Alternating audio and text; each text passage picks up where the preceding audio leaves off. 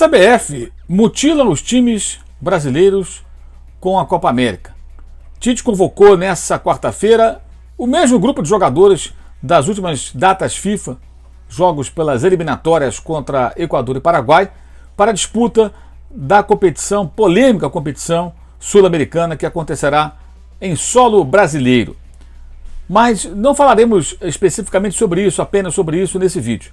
Falaremos do confuso jogo entre Vasco e Boa Vista pela Copa do Brasil, jogo sem VAR, e daí a confusão. Mas você já percebeu que esse vídeo tem um patrocínio do OneFootball, aplicativo que você pode baixar acessando o link que está aqui embaixo na descrição do vídeo. No OneFootball você encontra estatísticas dos jogos em tempo real, inclusive da Copa do Brasil. Não tem VAR, mas tem o OneFootball. E você vai ver esses números de Vasco e Boa Vista passando aqui do meu lado durante esse comentário.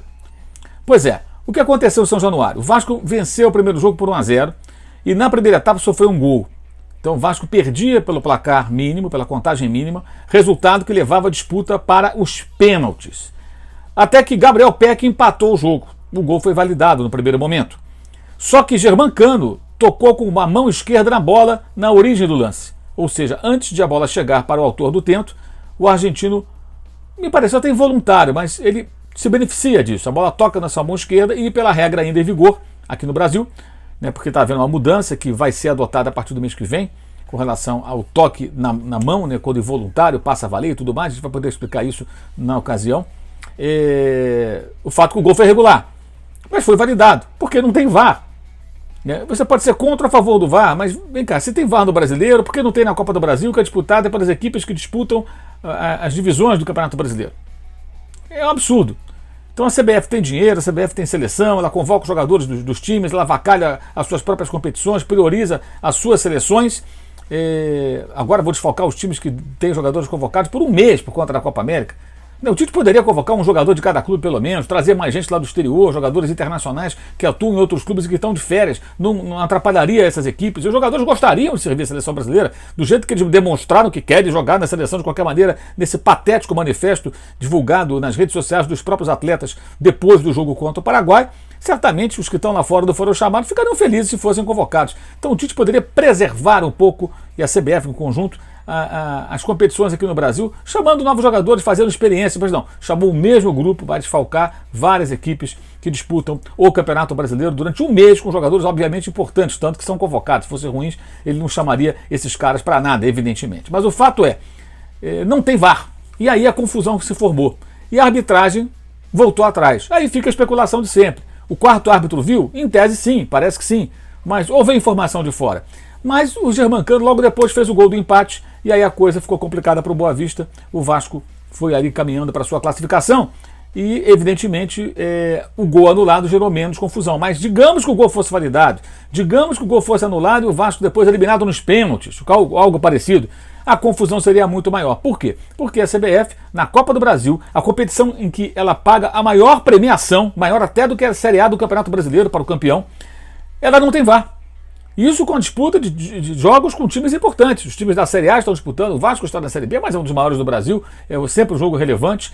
E o que acontece? A gente viu ali toda aquela confusão porque não tem VAR. Então a CBF ela tem os jogadores dos times, mas não põe VAR nos jogos dos times, né? Ela usa os jogadores, isso gera evidentemente o movimento, o negócio da CBF, que são jogos, que tem direito de transmissão, tem patrocinadores da CBF. E o que são esses patrocinadores? Por que eles patrocinam as seleções? Patrocinam simplesmente porque grandes jogadores estão ali reunidos, né? E automaticamente ocupa o espaço na mídia. É interessante para o patrocinador, natural. O patrocinador tem nada com isso, pelo contrário, mas a CBF deveria ser mais, digamos assim, solidária com os clubes, né? Então se ela tem VAR no brasileiro, tem que ter na Copa do Brasil. Então dá para um tem, o outro não tem, na outra fase tem, essa não tem. A mesma coisa acontece com a Conmebol na Libertadores, né? Uma fase sem VAR, depois passa a ter.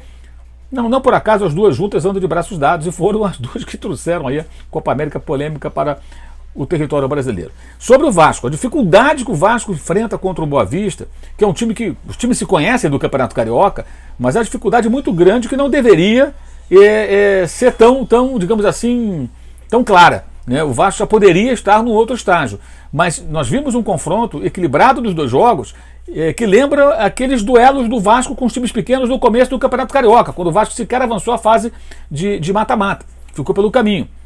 Então chama atenção, o estágio que o Vasco está realmente muito atrasado para a Série B, né? Então, esquecendo um pouco a Copa do Brasil, o estágio muito atrasado. E o Germancano, com a sua presença de artilheiro, como eu sempre disse, lá de trás, o cara que faz o gol com um toque só. Por isso, eu fiz a comparação que os vascaínos, muitos deles do entendem até hoje, com o Hernando Brocador de 2013, que também era artilheiro de um toque só. Ele aparece na área e manda a bola para dentro do gol para salvar o Vasco no momento delicado, né? Mas é preciso que o trabalho do Marcelo Cabo comece a fluir e o Vasco passe a apresentar algo mais. A dificuldade enfrentada nos jogos que o Vasco vem disputando, com a derrota para operar em casa logo na estreia no campeonato, empate melancólico com a Ponte Preta, no jogo muito fraco no final de semana em Campinas, e agora esse sofrimento todo, com VAR, sem VAR e tudo mais, e a arbitragem se confundindo, enfim, validando inicialmente um gol irregular, depois anulando.